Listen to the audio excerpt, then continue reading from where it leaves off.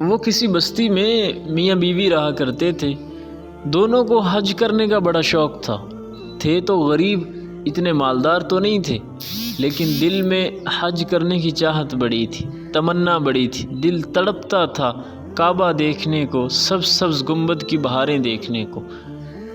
بڑے سالوں میں کچھ پیسے جمع کیے، تھوڑے تھوڑے کر کے ایک پیسوں کی رقم خاصی جمع کر لی کہ چلو حج پہ جائیں گے۔ اس شخص کی بیوی امید سے تھی، اللہ نے اس کے گھر میں برکت کرنی تھی۔ اب اس کا دل کیا کہ میں نے گوشت کھانا ہے۔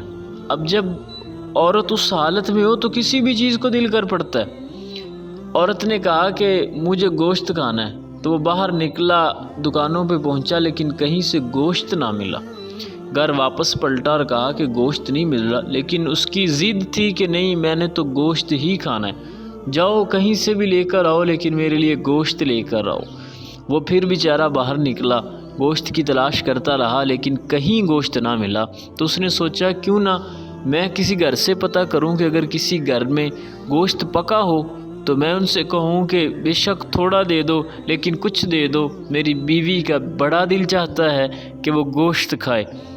تو اب اس نے گھروں میں تلاش کرنا شروع کر دیا۔ ایک گھر کے قریب پہنچا تو گوشت کے پکنے کی خوشبو آئی۔ جب گوشت کے پکنے کی خوشبو سونگھی تو وہ دل میں خوش ہو گیا کہ چلیں اب میں اپنی بیوی کی اس چاہت کو پورا کر دوں گا۔ اس دروازے پہ دستخط دی جس گھر میں گوشت پک رہا تھا۔ دروازہ اندر سے ایک عورت نے کھولا، کہا کہ تمہارے گھر میں گوشت پک رہا ہے؟ تو وہ کہنے لگی ہاں گوشت پک رہا ہے۔ تو کہا کہ اس گوشت میں سے تھوڑا سا مجھے بھی دے دو، میں بڑا مجبور ہوں، میری بیوی حاملہ ہے، اس کا دل چاہتا ہے کہ وہ گوشت کھائے اور وہ باضد ہے اور ہمیں کہیں سے گوشت نہیں ملا، میں بڑا مجبور ہو کے تیرے دروازے تک آیا ہوں، تھوڑا سا گوشت ہمیں دے دو۔ اب عورت کہنے لگی کہ یہ گوشت ہمارے لیے تو حلال ہے لیکن تیرے لیے حرام ہے، تو نہیں کھا سکتا اسے، تیرے گھر والے نہیں کھا سکتے۔ وہ بڑا حیران ہوا کہ جو تمہارے لیے حلال ہے میرے لیے حرام کیسے ہو گیا؟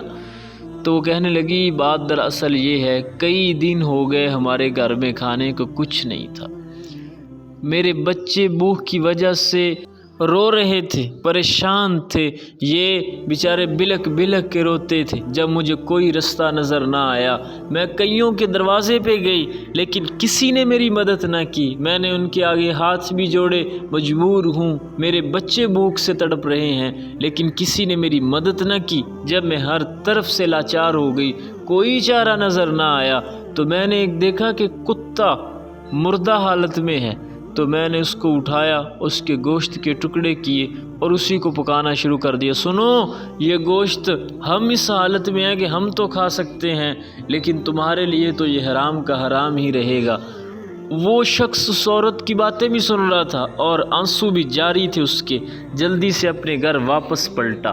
جو حج کے لیے رقم ساری جمع کی تھی، ساری کی ساری رقم لا کر اس عورت کو دے دی اور بیوی سے کہا کہ یہ حالت ہے، کیا میں نے ٹھیک کیا؟ تو بیوی بھی آگے سے کرما والی تھی، کہنے لگی ہاں تو نے بالکل ٹھیک کیا۔ اس غریب عورت کی مدد کر دی، پیسے حج والے اس عورت کو دے دیے۔ اب وقت گزرتا رہا، وہ مہینے آ گئے جس میں حاجی حج کرنے کے لیے جایا کرتے تھے۔ حاجی حج کرنے چلے گئے لیکن یہ میاں بیوی تڑپتے رہے کیونکہ پیسے نہیں تھے، دے چکے تھے۔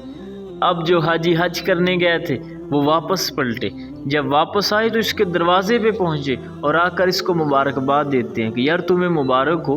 وہ کہتا ہے کس چیز کی مبارک دے رہے ہو؟ کہنے لگے کہ یار تو نے حج کیا ہے اور ہم نے جو ہے وہ تجھے خانہ کعبہ کے صحن میں دیکھا ہے، مسجد الحرام کے، ہم نے تجھے طواف کرتے بھی دیکھا، صفا مروہ کی سعی کرتے بھی دیکھا۔ اس نے کہا کہ یار تم نے کیسے دیکھ لیا؟ میں تو وہاں گیا ہی نہیں۔ اس نے کہا خدا کی قسم ہم نے تمہیں وہاں دیکھا ہے۔ بات یہ ہے جب بندے کا دل صاف ہو، ارادہ پکا ہو، اللہ تو دلوں کا حال جانتا ہے۔ پیسے تو دے دیے تھے لیکن اللہ دلوں کا حال جاننے والا ہے۔ یہ گیا نہیں تھا لیکن اللہ نے اس کا حج قبول فرما لیا۔